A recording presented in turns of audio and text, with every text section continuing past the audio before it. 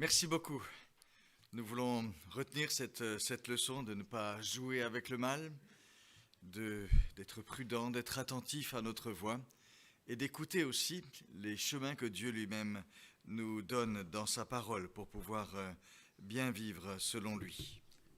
Alors c'est cette parole que nous voulons ouvrir tout à nouveau et nous sommes depuis plusieurs semaines par intermittence dans la suite du livre de Néhémie, l'histoire de cet homme qui a pris à cœur d'entrer dans le projet de Dieu et de participer vraiment à la reconstruction de la muraille de Jérusalem et à chercher le bien du peuple de Juda qui était dans une bien mauvaise situation. Et nous lisons à présent dans Néhémie au chapitre 6, les versets 1 à 9. Néhémie 6, versets 1 à 9.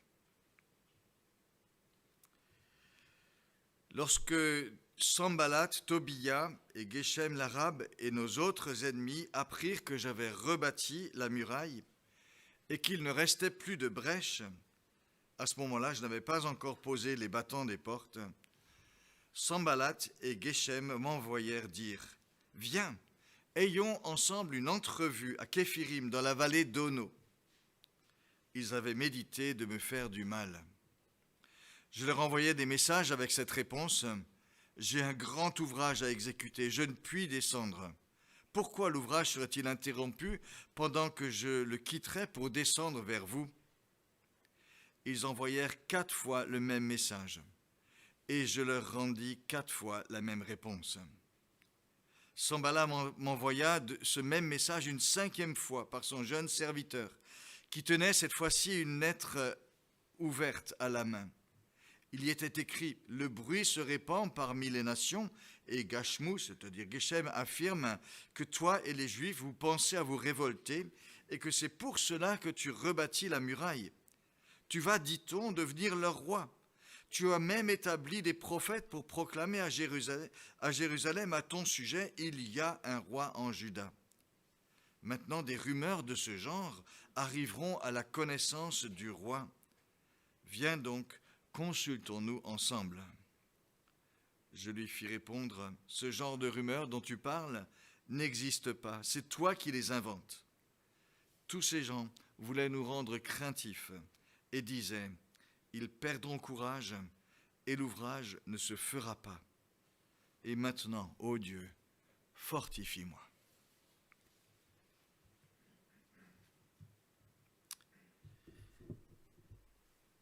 Au cours des 2 derniers mois, nous avons été plusieurs fois, en tant que chrétiens évangéliques, sur les devants de la scène médiatique et politique. Un projet de loi sur les séparatismes est discuté à l'Assemblée nationale. Il visait au départ ceux qui refusent les valeurs de la République. C'est pour ça qu'on disait c'est une loi sur les séparatismes. Et très clairement, il désignait la frange radicale de l'islam. Et cette frange radicale était désignée nommément comme visée par ce projet. C'était un discours du président Macron en octobre 2020. Mais petit à petit, il a fallu modifier le discours.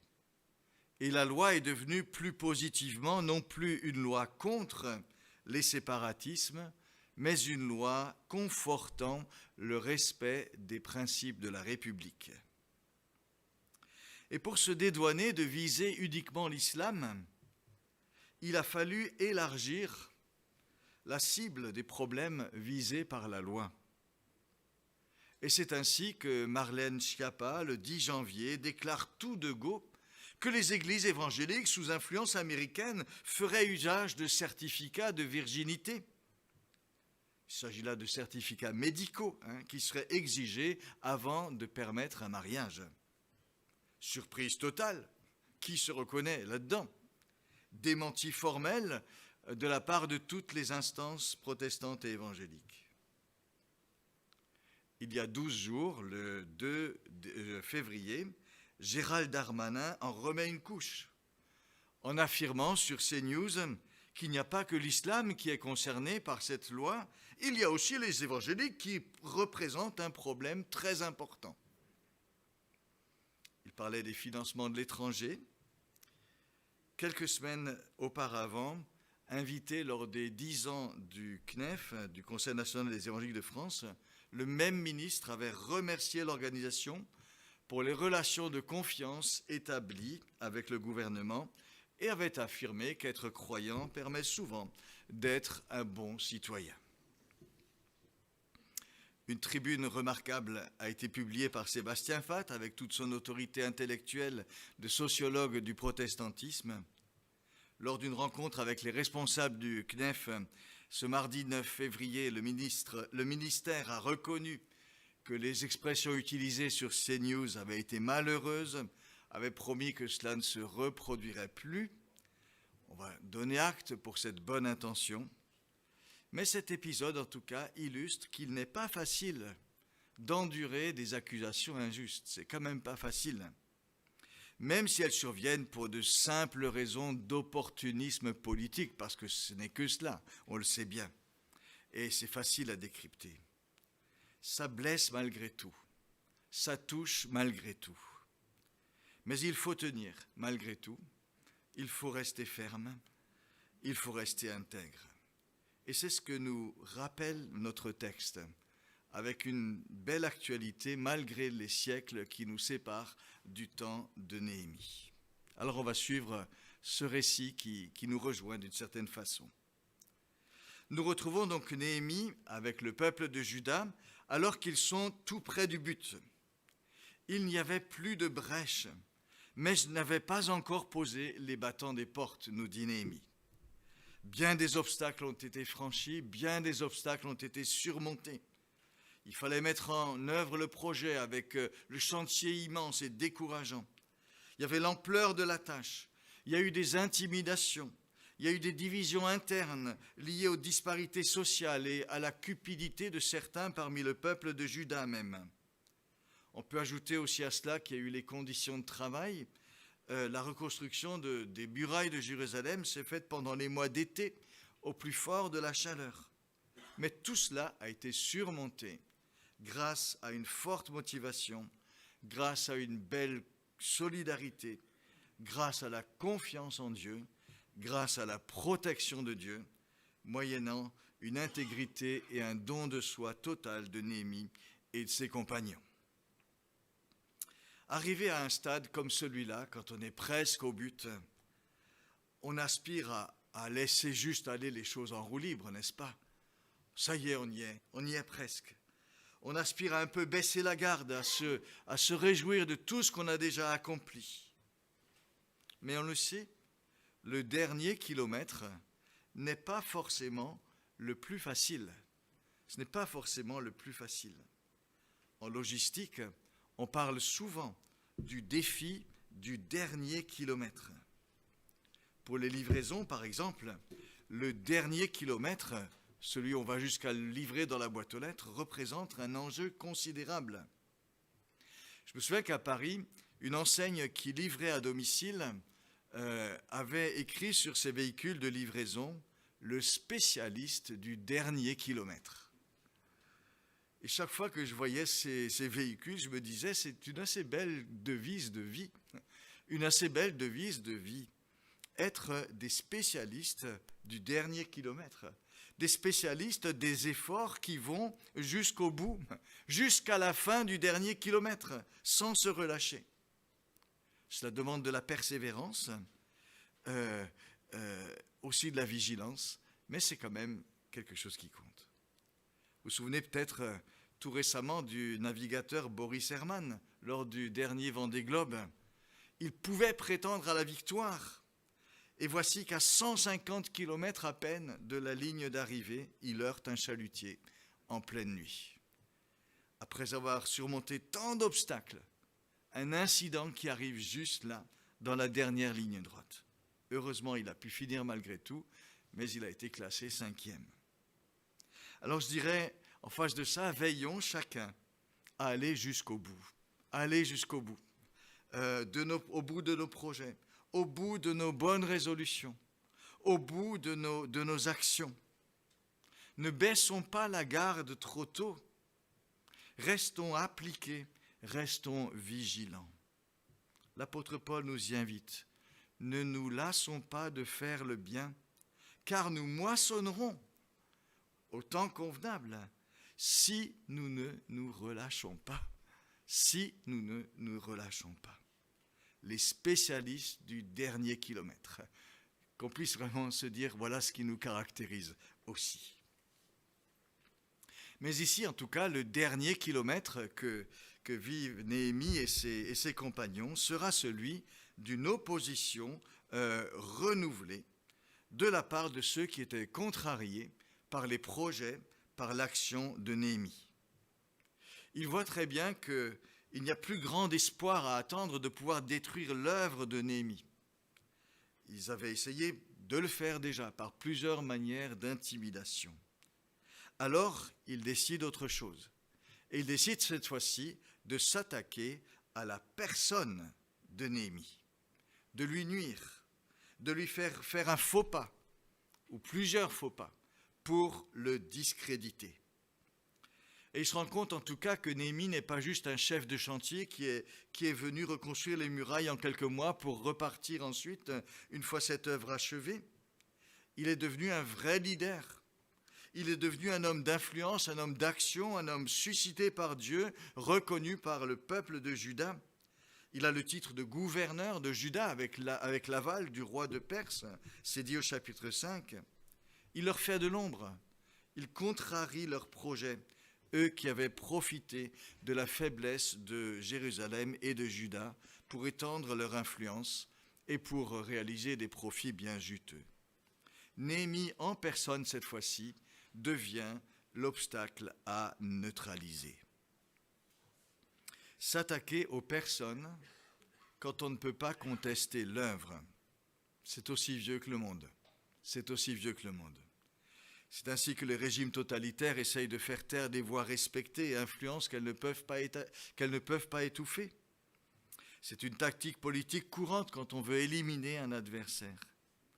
Et c'est vrai aussi pour l'œuvre de Dieu. Bien des personnes dont Dieu s'est vraiment servi ont été mises sur la touche à cause d'une faille personnelle. On reste faillible et il y a toujours ce risque-là.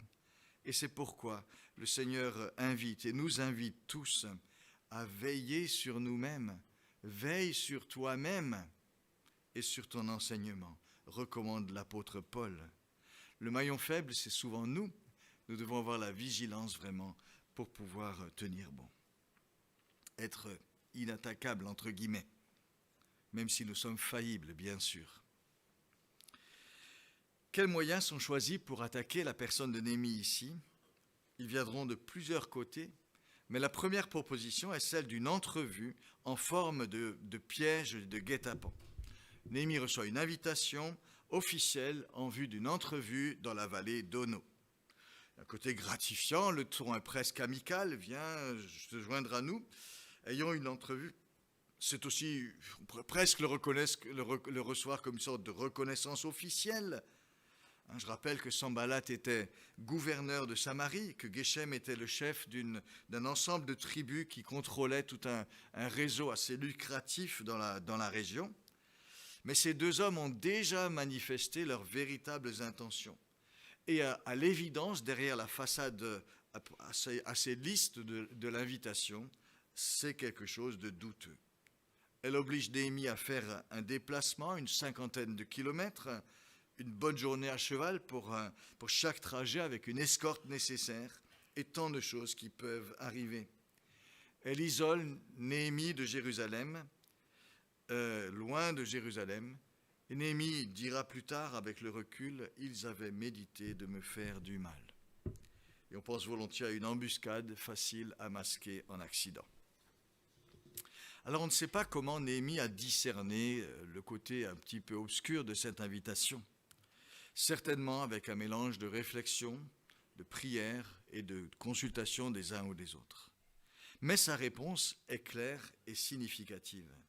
Il reste fixé sur ses priorités, sur sa mission. Et il dit, j'ai un grand ouvrage à exécuter, je ne peux pas descendre. Alors, il y a certainement une part de langage diplomatique là-dedans. Néhémie ne s'oppose pas frontalement à ses adversaires. Il ne dénonce pas non plus les conditions de la rencontre, ce serait peut-être entrer en négociation, mais il trouve une raison claire, ferme et non agressive de refuser. Cette raison n'est pas une excuse factice, c'est quand même le cœur même de ce qui l'anime. J'ai un grand ouvrage et il l'a montré qu'il avait ça à cœur. C'est vraiment ce qui l'anime lui-même. Et c'est intéressant de voir que finalement Jésus agira lui aussi de la même façon. Sa ligne de conduite tout au long sera quoi? Ce sera de faire la volonté de celui qui m'a envoyé. Je ne cherche pas ma volonté, mais celle de celui qui m'a envoyé. Je suis descendu du ciel non pas pour faire ma volonté, mais la volonté de celui qui m'a envoyé. Et il continue en disant, mais qui est mon frère, qui est ma sœur, quand on lui parle de cela? Quiconque fait la volonté de Dieu, de mon Père qui est dans les cieux, celui-là est mon frère, celui-là est ma sœur, ma mère. Jésus a résisté à toutes sortes de pièges, à toutes sortes de tentations et de pressions.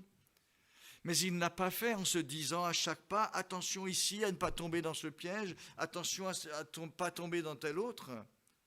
C'est donner trop d'importance au mal que d'agir comme cela, en devenir presque codépendant, à force de toujours ou partout être sur ses gardes sur ce qui peut arriver.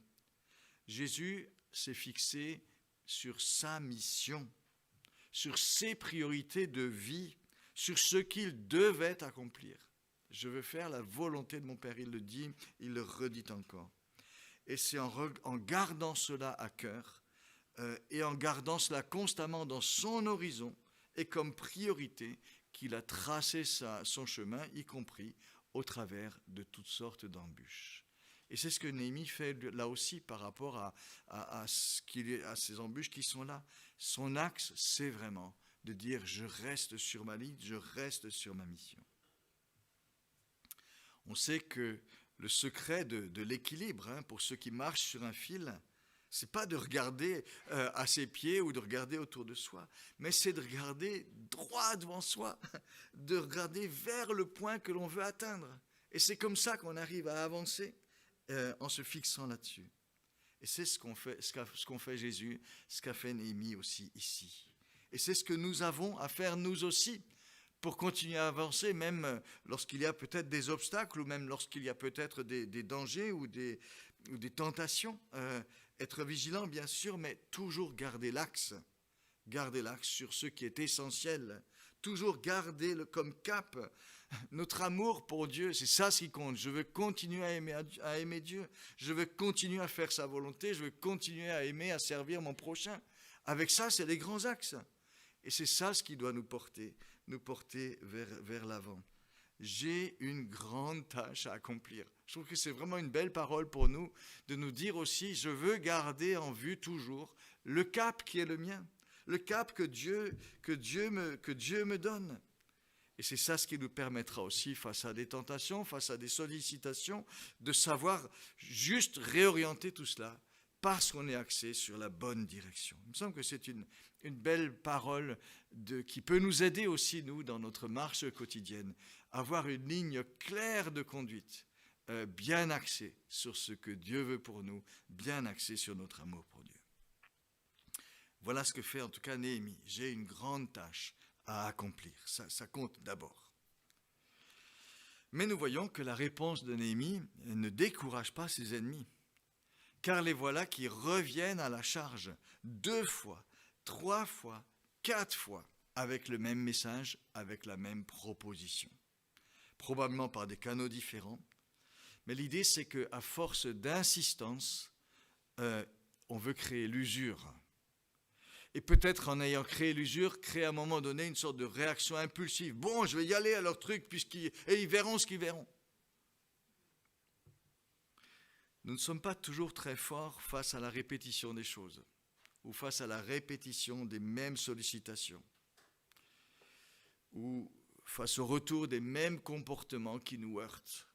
La répétition, ce qui revient comme ça, c'est parfois dur. On le sait par rapport à la publicité, bien sûr, mais on le sait aussi que quand on doit endurer quelque chose de difficile, quand des gens nous discriminent, quand on sent des hostilités, et que ça revient, ça devient lourd. La répétition, souvent, est difficile pour nous. On s'use facilement. Et vient peut-être un moment donné où on va alors soit baisser la garde et céder finalement, ou alors sortir de ses gonds. Souvenons-nous de Samson et Dalila. Elle insistait à la fin, elle dit allez, on va y aller. La répétition. Mais Néhémie, lui, en tout cas, tient ferme, bien ancré dans ses dispositions, bien solide dans ses orientations. Et cela rappelle cette parole du prophète Ésaïe, à celui qui est ferme dans ses dispositions. À celui qui est ferme dans ses dispositions, tu assures la paix parce qu'il se confie en toi. Et je dirais, veillons vraiment sur cette paix qui est le fruit de cette fermeté dans nos dispositions. Être porté par des dispositions fermes et claires nous aide vraiment à tenir. 4 tentatives donc soldées par un échec pour Sanballat et ses compagnons. Et voilà maintenant qu'ils changent d'approche et de tactique pour faire plier Néhémie. Et là maintenant, on voit ces hommes qui lancent une fausse rumeur. Un de ses serviteurs arrive, porteur d'une lettre ouverte. Alors, une lettre ouverte, c'est un contenu ici qui est censé être confidentiel. On va parler tout à Néhémie tout doucement de ce qui est de cela. C'est censé être confidentiel et en même temps on le diffuse bien sûr très largement à qui veut l'entendre et même à qui ne voudrait pas l'entendre. Et dans cette lettre ouverte, il n'y a pas une accusation directe contre Néhémie, mais on mentionne un bruit. On mentionne un on-dit. Le bruit se répand parmi les nations. Et Gashmu affirme que toi et les Juifs, vous pensez à vous révolter. Et que c'est pour cela que tu as bâti la muraille. Aucun fait. Aucune preuve. On mentionne juste un bruit. On mentionne juste une supposition de quelqu'un. Une opinion. Et avec une supposition en forme de procès d'intérêt, d'intention, pardon. Tu vas, dit-on, devenir roi. Et tu as même établi des prophètes pour proclamer à ton sujet, il y a un roi en Juda. Il ne dit pas que c'est ce que Néhémie a fait, mais on dit que. Et on est couvert. On ne sait pas, on n'a pas lancé d'accusation. On mentionne simplement un bruit. Vous voyez la façon dont les choses sont faites ici. Toutes sortes d'affirmations, tout en se protégeant soi-même. Tu vas, dit-on, devenir leur roi. Tu as même établi des prophètes. Tout est inventé. Mais on cite des bruits. Tout comme aujourd'hui, par exemple, certains citent une étude en cours qui n'a pas encore dit ses résultats, et on anticipe les résultats. Et après, on va dire, oui, mais j'avais un document, des choses comme cela. Et voilà maintenant l'offre généreuse. Ce genre de rumeur arrivera jusqu'au roi. Viens donc et consultons-nous ensemble. Et là encore, très habilement, on distille l'intimidation. Ça va arriver jusqu'au roi. Et c'est quand même sérieux cette histoire-là, le roi de Perse. Tout en habillant cela de bonnes intentions qui cachent les mauvaises. Écoute, consultons-nous ensemble. On va pas discuter de cela, arranger cela ensemble. Alors qu'il y a un piège. Tout cela est calculé pour nuire tout en se protégeant soi-même. C'est bien clair cette histoire. La lettre ouverte répand l'accusation qu'elle prétend vouloir combattre. Sans dire que c'est vrai, on instille le soupçon. Et une fois que le soupçon est installé, on n'y échappe plus au soupçon. On dit que tu fais ceci, que tu as l'intention de... Une fois que tout cela s'est rentré dans l'oreille, ça n'échappe plus. Et d'ailleurs, le principe qui fait que ça n'échappe pas, le soupçon, c'est ce principe qui dit « pas de fumée sans feu ». Pas de fumée sans feu. C'est ce que tout le monde pense. Et c'est pour ça qu'en face d'un soupçon qu'on entend, on se dit, ah oui, on l'entend, c'est pas sûr, mais peut-être pas de fumée sans feu. Et c'est comme ça que tout le monde tombe dans le panneau des rumeurs malveillantes. On est prisonnier d'un schéma trop simpliste. Il y a une rumeur, pas de fumée sans feu. Et c'est vrai, pas de fumée sans feu. Mais l'autre question, c'est de dire, mais qui allume le feu? Mais qui allume le feu? Et cette question, on ne la pose pas assez. Et si on la posait, parfois, on irait un peu plus loin que simplement de dire, ah, il y a la rumeur, pas de fumée sans feu, ah, je vais peut-être un petit peu garder ce soupçon. Voilà la question décisive, me semble-t-il. En tout cas, il faut se rendre compte qu'une parole comme celle-là laisse toujours des traces, même alors qu'elle ne repose sur rien, alors qu'elle n'affirme rien, qu'elle ne mentionne que des on-dit, elle instille le soupçon. Elle instille le soupçon.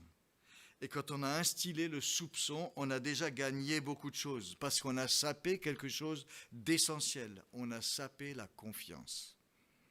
Dès que le soupçon est instillé, on sape la confiance. Et c'est pour ça que lancer une rumeur, c'est toujours une arme formidable. C'est une arme formidable. C'est facile, hein? Ça ne coûte pas cher de lancer une rumeur. Et ça peut rapporter gros. Ça crée d'immenses dégâts, parce que tout le monde y croit ou dit pas de fumée sans feu. Et c'est pourquoi il nous faut vraiment être très vigilants sur nos paroles. C'est pour ça qu'il nous faut être très vigilants sur nos paroles. On ne joue pas avec la vérité. Parler d'autrui est une responsabilité. C'est une responsabilité. Nous avons évoqué les propos du ministre de l'Intérieur sur les évangéliques. Pour lui, certainement, c'était juste, ça se justifiait facilement d'un point de vue politique. Il faut équilibrer les choses, c'est bon, on n'en parlera plus, pas plus que ça. Oui, mais le soupçon et les amalgames sont instillés à partir du moment où on a parlé. Et il a fallu démentir, et ce n'est pas toujours très facile de démentir, et ce n'est pas toujours très facile d'être entendu lorsqu'on a démenti. Et parce que les choses sont ainsi, le Seigneur nous rappelle que nous serons jugés sur toute parole vaine que nous aurons prononcée. Nous sommes responsables de nos paroles. C'est important. C'est important. Et cela s'applique à la parole initiale que quelqu'un a prononcée. Lorsque l'on parle vraiment de quelqu'un, la responsabilité de ce que nous disons. Mais cette vigilance, ça porte aussi sur la responsabilité de ce que nous transmettons. Ce n'est pas juste ce que nous disons au départ pour ne pas créer de fausses paroles sur quelqu'un, mais c'est aussi l'importance de la parole qui colporte, qui transmet. Hein? Quand on transmet une rumeur à un non-dit, on a aussi la responsabilité de ce que l'on transmet. Car la vie d'une rumeur, ce qui l'alimente, ce sont tous ces gens qui ne peuvent s'empêcher de transmettre, parce que c'est un peu croustillant. Nous avons une grande responsabilité éthique quant à ce que nous disons, quant à ce que nous transmettons. Ce serviteur de Sanballat, avec sa lettre ouverte d'ailleurs, est presque la préfiguration de ce que nous pourrons être à la puissance 1000 grâce à nos smartphones. Alors nous, on a tellement de possibilités de transmettre des vraies lettres ouvertes. Des vraies lettres ouvertes. Notre responsabilité n'en est que plus grande. Ce qui est terrible avec ces paroles qui instillent le soupçon, c'est qu'il suffit d'une phrase, par exemple, il suffit d'une phrase pour injecter le venin. Mais après, pour rétablir la vérité, pour le faire de manière vraiment convaincante, cela demande une somme d'efforts, de réflexion, de formulation, d'argumentation. Et c'est impressionnant de voir combien il suffit d'une parole très rapide de dénigrement et qu'ensuite ça demande énormément de tâches pour trouver le contrepoison. Et non seulement beaucoup de travail pour trouver le contrepoison et pour dire les choses, mais pour les gens qui ont entendu, ceux qui ont reçu, ça demande aussi beaucoup d'efforts que de lire quelque chose patiemment pour pouvoir dire oui, je me rends compte que ce bruit qui courait, cette accusation était quelque chose qui n'avait pas de fondement. Et c'est cette disparité aussi entre la facilité avec laquelle on peut dire une parole de soupçon et tout l'effort que demande le fait de contrecarrer cela, c'est cette disparité aussi qui rend vraiment tout ce qui est soupçon, etc., très très délicat et très très nocif.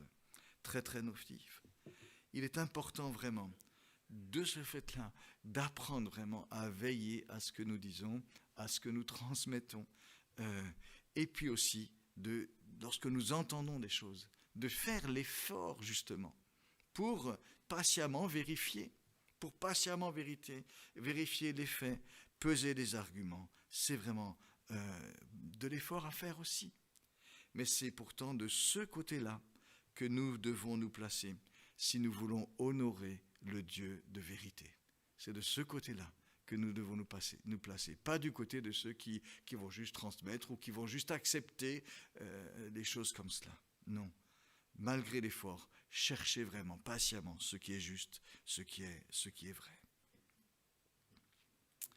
Alors comment réagir à de telles accusations, avec leur côté quand même tellement incisif parfois? Comment réagir à une telle accusation qui peut être à la fois injuste et insaisissable? Néhémie, en tout cas, ici est très net. Il dénonce le stratagème et celui qui l'a monté. Ce genre de rumeurs n'existe pas. C'est toi qui les as inventées, dit-il à Sanballat. Il n'essaye pas de défendre sa bonne foi ou sa loyauté au roi malgré la rumeur.